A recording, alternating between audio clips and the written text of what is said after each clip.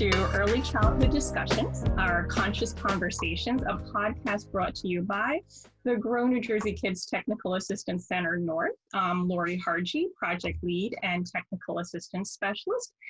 And I'm so happy that you're able to join us today.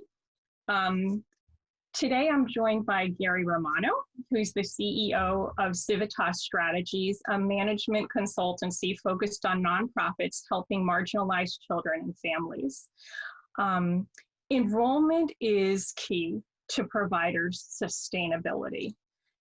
And we know that families have not been as quick to get back into childcare as we would have hoped. And so today we're going to talk about strategies for helping with that enrollment. Gary is currently working on a project funded by the Henry and Marilyn Taub Foundation to help childcare providers in Passaic County navigate the pandemic. Specifically, his team is providing free technical assistance to help childcare providers increase revenue and decrease costs over the next few months. And in that whole spirit of the pandemic, that together we're better, Gary's company has very graciously offered the resources that they have created to be used by programs all over the state. So although their targeted technical assistance support is being offered in Passaic County, the tools that they have created are available statewide. And I think that that is just, as I said, one more example of the silver linings of the pandemic, where we've all come together to support each other. Like just a wonderful possibility for all of us. Excellent. So we were going to flip the format of this, and I was going to start off by asking Lori a few questions. She's been out in the field experiencing all of this as well. So, Lori, what are you seeing right now when you're out talking to providers? Mm-hmm. What are you seeing? What are they telling you? But also, what are you observing when it comes to enrollment? Okay, well, I'm doing all my observing and my talking virtually. Anybody who works in Grow New Jersey Kids knows that one of the things that we do is spend time in the field working with childcare centers and working with family childcare providers, and we are finding a brand new world with virtual, and we've pivoted just like early childhood programs have. So we would love to be in the field, but we can't. But this is what we're hearing, and we're hearing it all over. We are hearing that programs have made decisions about opening based on their ability to have enough enrollment. So although the state of New Jersey allowed programs that weren't serving essential employees to reopen in mid-June, not all programs were able to open at that time because they didn't have the enrollment. Mm-hmm. So some programs were able to open with decreased enrollment, but enough enrollment to sustain. But then we've had more programs that have opened along the way. Some programs have yet to open. And what we're hearing is that it's based on enrollment, that families are not sending their children back as quickly as programs are ready to accept them. And that is really a concern. Part of it's due to unemployment. You know, if parents aren't working, they don't have the need for childcare. Some parents are working from home mm-hmm. and choosing to keep their children home with them, which isn't necessarily an ideal situation, but because of the uncertainty in the economy, programs are hearing from parents that, well, I have my job now, but I don't know if I'll have my job next month. And we don't have a cushion of savings built. So if I can save the childcare cost, that's what I'm going to do. And then just the fear that comes out of parents being uncertain if they're comfortable putting their child back in a group childcare situation that they loved in March. Yeah. So it sounds like some of the opportunities that we're seeing, such as ratios increasing a bit, that may not be as beneficial as it seems on the surface. Is that a fair Right. The group size did increase, so that was really helpful, going from 10 children per group up to 15. So that was a benefit. However, if you don't have the children ready to return, um, even though you're allowed to have more in a group, it may not necessarily benefit you directly. Absolutely. And then, another concern is the return that is on the horizon for those providers who take children whose care is funded through subsidy. That whole plan of the state to return to attendance versus enrollment in terms of payment, being some concerns. Absolutely. Absolutely. So we've had the doom and gloom, right? We know it's bad out there. We know that there's under enrollment, but we also know there's some families out there. There are some families that are still looking, and as the economy is slowly rebounding, we are seeing more families as they return to work seeking care. Maybe not in the numbers we would all want, but it's happening. What are some of the ways that you're seeing providers implement that really are having an impact, that are getting those parents in? Yes. And I think that's really important. Like, we have to acknowledge where we are, but we also need to look at where we can be. And you're absolutely right. Early childhood programs are masters of the pivot. And so family childcare providers, childcare centers, Head Starts, preschools, everyone has taken where we were in March and done something extraordinary, and done something no one in a million years ever thought that we would need to do.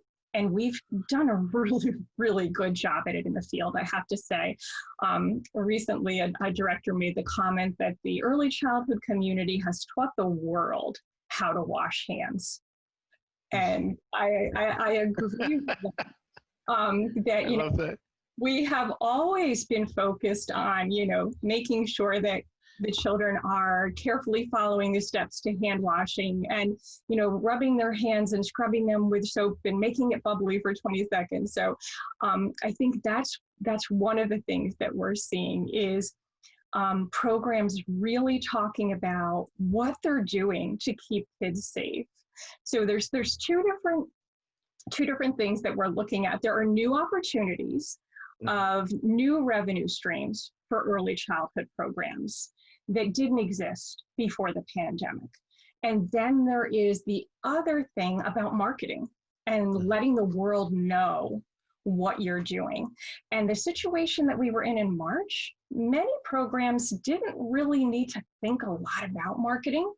They were full, or they were near capacity, or they were in a situation where they could make do with a little bit of marketing effort here and there, but they didn't have to think about it so much because they were having a booming business. And now we're looking at, well, what can we do to regain some of that market share? So thinking about the possibility of what you can do that's kind of outside of the box. A number of programs have opened up to making virtual learning possibilities available to the preschoolers by offering a virtual program that parents can choose to buy into. If the parent isn't comfortable having the child go back, they can continue to participate in the program virtually. So that's one creative way that some programs have kept children engaged. Maybe parents buy a package where the child participates in story time and science experiments and music time or what have you. And then another thing that programs are doing is serving school agers. Yeah. So many school districts are having children stay at home and do school virtually, and working parents aren't able to always accommodate their work schedule with their child's needs. And so many programs have really jumped in to serve those school-age children. And so that's been a really important opportunity. The New Jersey School-Age Childcare Alliance has wonderful resources. And I'll make sure that we have a slide at the end of this so that we can share their web address, but they're helping people think outside the box. How can you provide a high quality program for school agers who are needing their social and their downtime as well as their academic time? And so that's been a really exciting thing to see. And then the other thing is, how can programs look at marketing strategies in a new way? Because as you said, there are families out there that are needing care. And so it's looking at it in a number of different ways.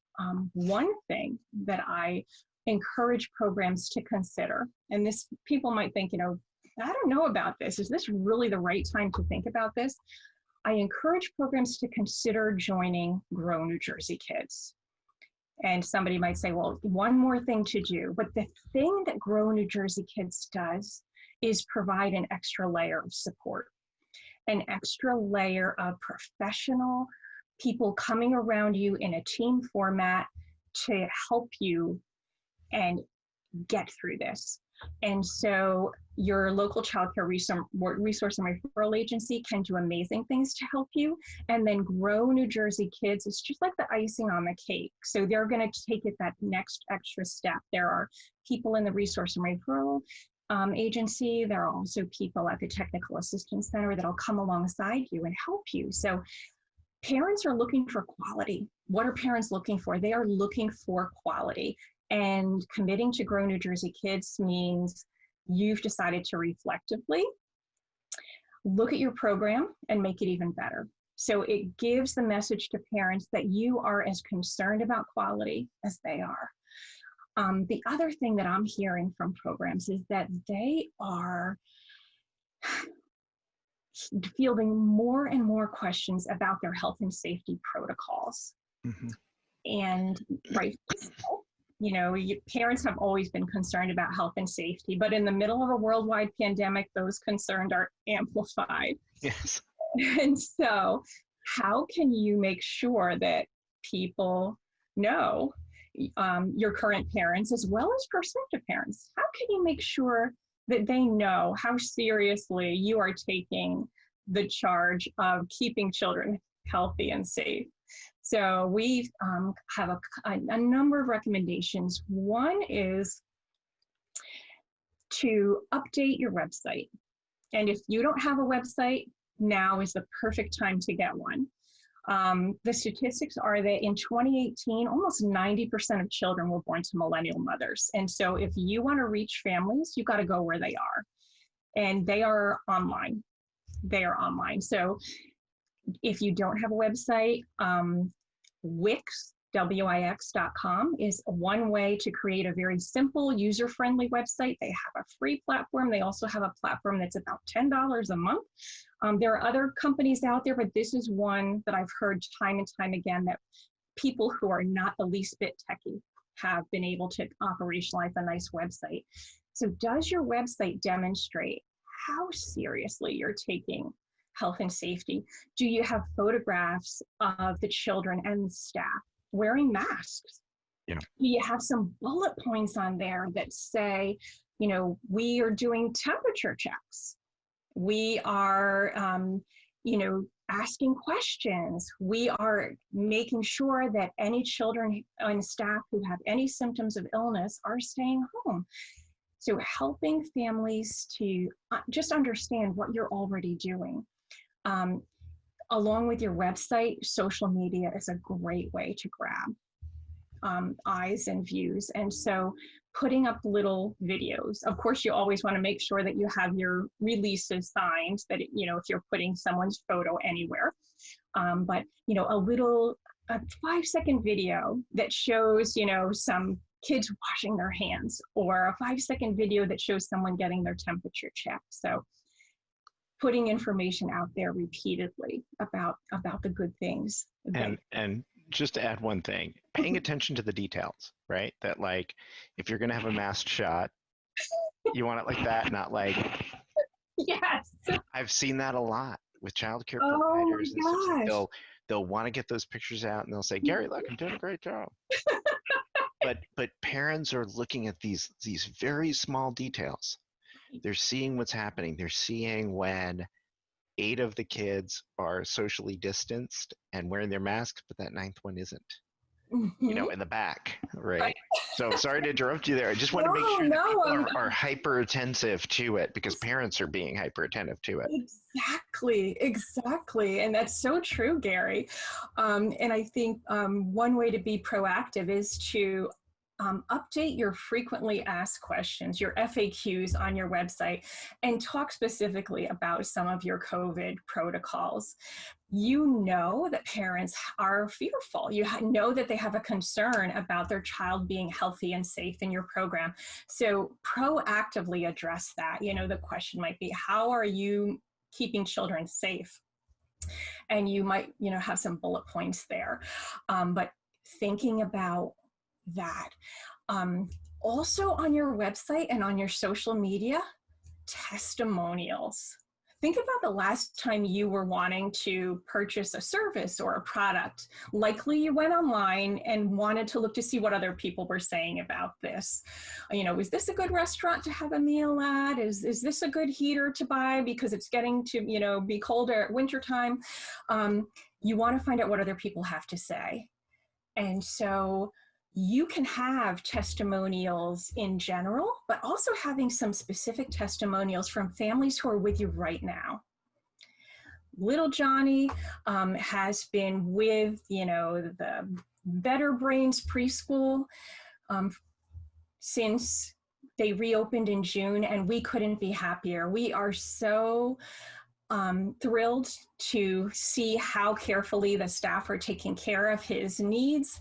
They are being really serious about implementing the COVID protocols, and he is coming home happy every day. He's getting the attention and the socialization he needs. So ask families, if you don't already have testimonials, ask them for them and include them in your marketing efforts, whether it's on your website, whether it's in your social media, or whether you choose to do a direct mailing. There are many different ways. Chris Murray of Childcare Success Company is a childcare business coach and leader, and you can Google her, find out some good information. She's got a podcast and a blog, but she talks about postcard mailings potentially being a great way to capture attention right now because people are feeling a little overwhelmed with emails. So she talks about, having a colorful postcard that really is eye-catching. And on her website, she's got a little video that shares how to think about putting that information out there. Another thing that you want to do is be really intentional with your tours. And I have heard from so many programs that are being really creative with their tours. Some are putting a virtual tour on their website, which I think is a great way to go and a great start. That can be followed up with an individualized one-on-one tour that can be done just on a phone. Yep. Where you're on the phone, the parents on their phone at their home, and you're walking them through your center. The other thing is some programs are doing after hours tours. But what you want to think about is if you don't already have a tour script, you want to create one. If you have one, you want to update it, and you want to update it to include your COVID protocols and have tour stops that align with them. So as you're taking the parent physically through your building after hours or through your home if you're a family childcare provider, or if you're doing it on your phone, okay, this is where we check temperatures in the morning. When you get to the spot where the children wash their hands, make sure that you show the signs that you have up. Here's our sign that reminds kids the correct steps. Show them your supplies. And here's the closet where we keep our bleach and our extra gloves. We want to be fully prepared, and this is where we have our stuff. So I think that's another way that and demonstrate that seriousness to families. And just to emphasize that,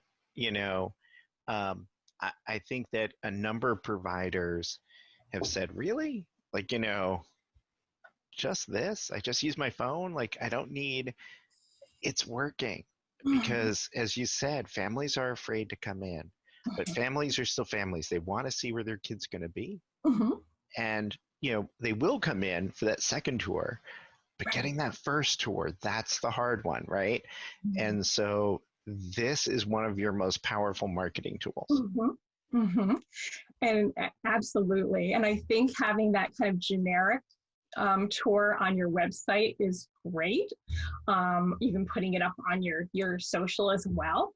However, doing an individualized tour with your phone where you could very specifically introduce the parent virtually to the child in the twos classroom where that child would be, and address their questions very specifically. Yes, and it's your social media presence, it's your online presence, it's your website that's going to capture that family. They might have heard about you from some friends, other family, neighbors, etc., but they're going to check you out. They are going to check you out online. And so you want that presence to say, hey, we're taking this seriously, and our kids are continuing to thrive. Our kids are continuing to thrive in this unprecedented time. We're still committed to quality. In addition to keeping kids healthy and safe, they're learning, they're having a great time. I think a lot of this can seem overwhelming. And I think one thing that we need to think about is that we don't need to approach this alone. We have partners that we can reach out to bounce ideas off of and to be part of our team. Parents being one major part of our team. And if you're a child care center, your staff. So are your parents and your staff helping you to market the amazingness that is your program? Do you have a referral bonus? And that's something to think about. If you do have one, you might want to consider increasing it substantially. And one way to think about this is thinking about the lifetime value of a family. So think about how long a typical family spends with you. Think about the monthly cost for a child in your care, and think about the number of children an average family has. So think about over the course of a family's time with you, if they have 2 children and they're there for 2 years, that's a lot of income, a lot of revenue. Yep. So if one of your current families or one of your current staff members can help you bring that family in and find out just how amazing your program is, you want to reward that staff member. You want to reward that family. So encourage your staff and your families to help you with this. Make your referral bonus available to your own personal network as well. Your neighbors, when you say, hey, we've got openings and we've got a special bonus. Another thing that I've heard programs doing is considering offering a bonus to the enrolling family to get them in the door. So if you have a private pay family, you might want to offer some free childcare.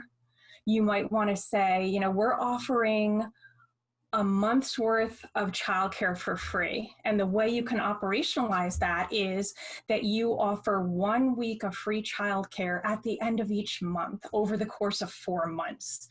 So if you're going to do something like that, where you offer a really great bonus to an incoming family, you want to think about how you want to present that. You also want to make sure you have a date on there.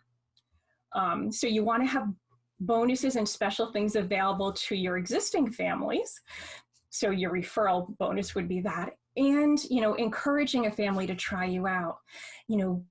If you have private pay families, do you offer a money back guarantee? Think about that. What does that say about your program? If you feel so confident that this family is going to love your program, that you say to them, we want to enroll you. We know that you are going to love it here. And so we're so confident that you're going to love it here that we will refund your money at the end of a week if you don't feel like this is a good place for you to be. So I love that.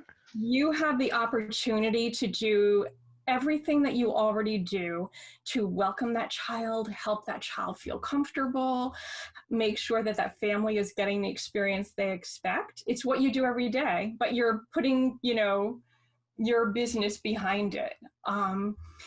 Another thing that you really want to think about when you're talking about your team.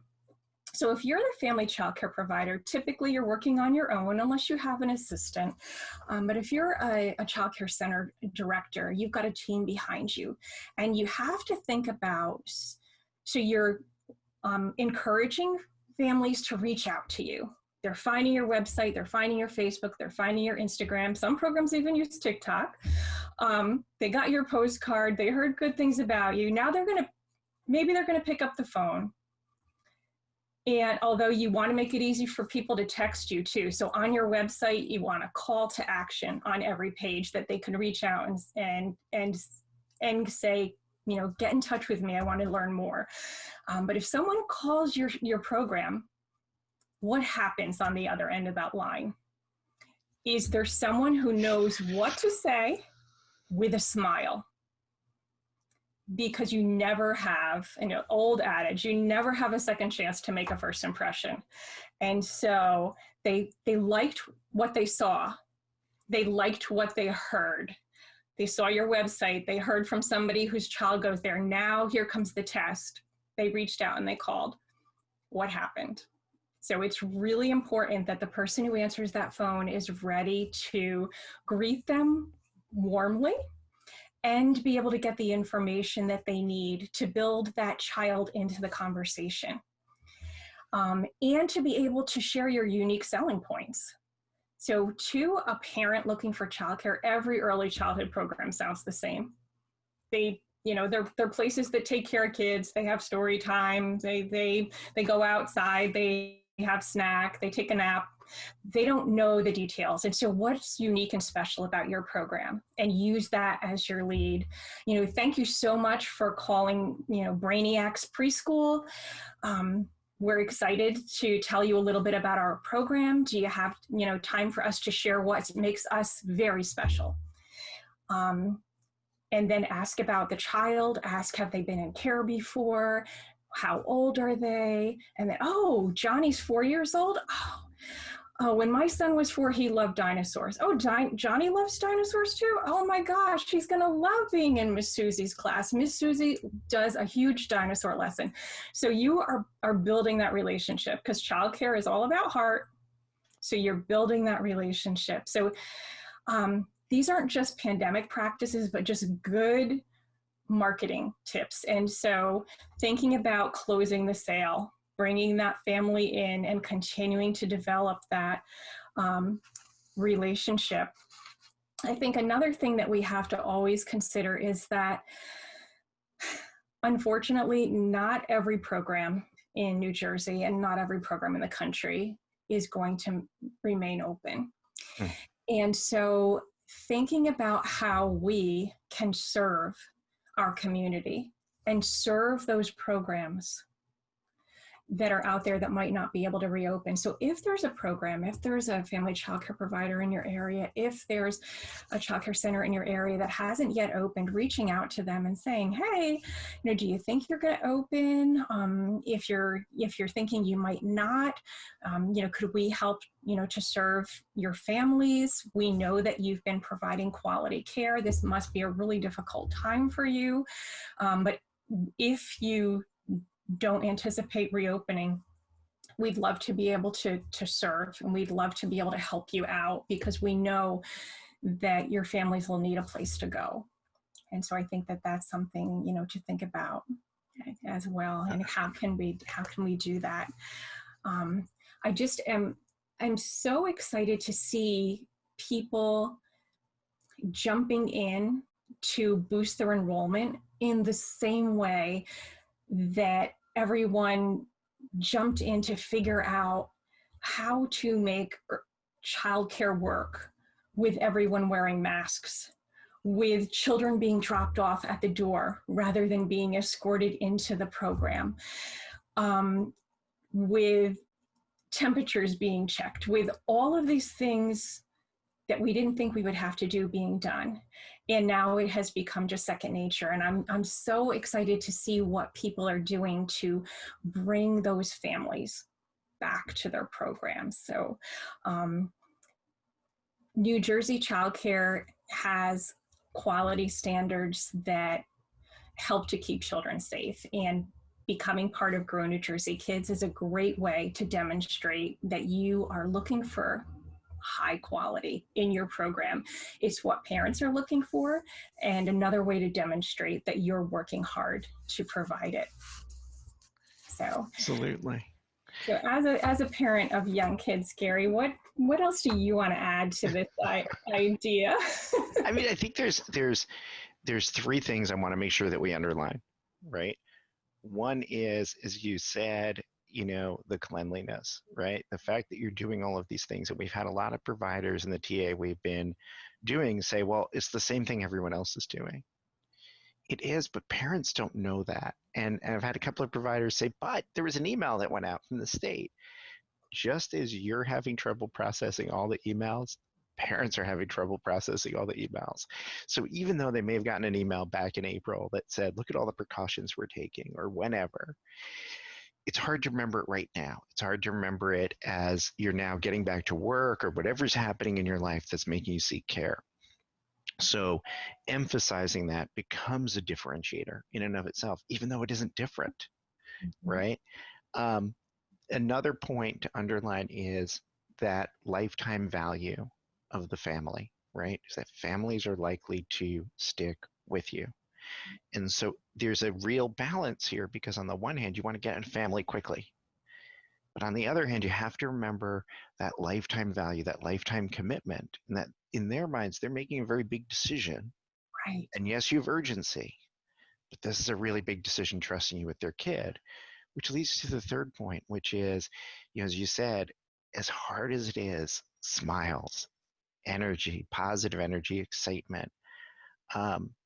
At the beginning of the pandemic, I wrote a blog for leaders in the nonprofit world about what you do when you lead in difficulty. And having seen this when we had the Great Recession, over a decade ago, I was able to observe good and bad leadership in that moment. And good leadership is about knowing that everyone is watching you. The parents are watching you, your staff is watching you, the kids are watching you, and they're picking up what you're doing. So whether you're the home-based provider and it's just you, whether you're the center-based director and there's 50 people under you, they're watching you. And so it makes it, I know, so hard. I'm not underestimating the pressure that's on you. But at the same time, you need to remember they're taking their cues from you. So if you are apparently, and I say apparently, you look relaxed, you look engaged, you look happy, they're going to take that cue from you. If you look worried, you look desperate, they will take that from you too. And as you said, parent comes in and says, maybe gives you a call and says, I'm interested. And now somebody on the phone is saying, that's okay. Yeah, I'm not sure if we're going to be open next week. But this is actually how it plays out. So I think just remembering that you're being watched and you set the example, again, whether it's one person or 50 people, is important to always keep in mind. Oh, Gary, that is so, so true. I love quotes, and I love those, little, wall hangings that you see that have this inspirational saying. And I think that whole, your vibe attracts your tribe, and that whole idea of how you show up as a leader is so critically important at this time.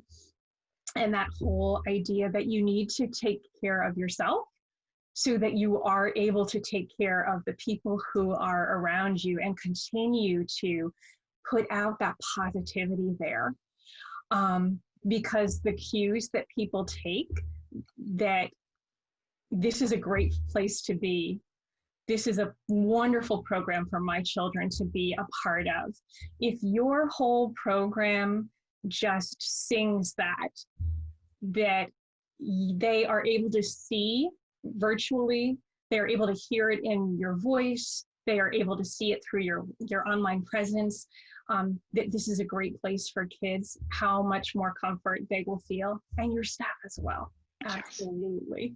Absolutely. Because there's your staff, you're relying on them to provide this amazing opportunity for young children, and your staff knowing that you've got their back, that you are doing everything you can to support them, that you have been proactive in securing enough cleaning supplies so they don't need to feel uncomfortable. Like, you've got plenty of everything that's needed. I think that positive proactiveness never been more needed, and has never been more demonstrated than it has during this time, where people are showing up with their very best self every single day. So thank you so much, Gary, for joining us on Early Childhood Discussions, Conscious Conversation. It's been great talking with you about enrollment, and I look forward to our next conversation. As do I.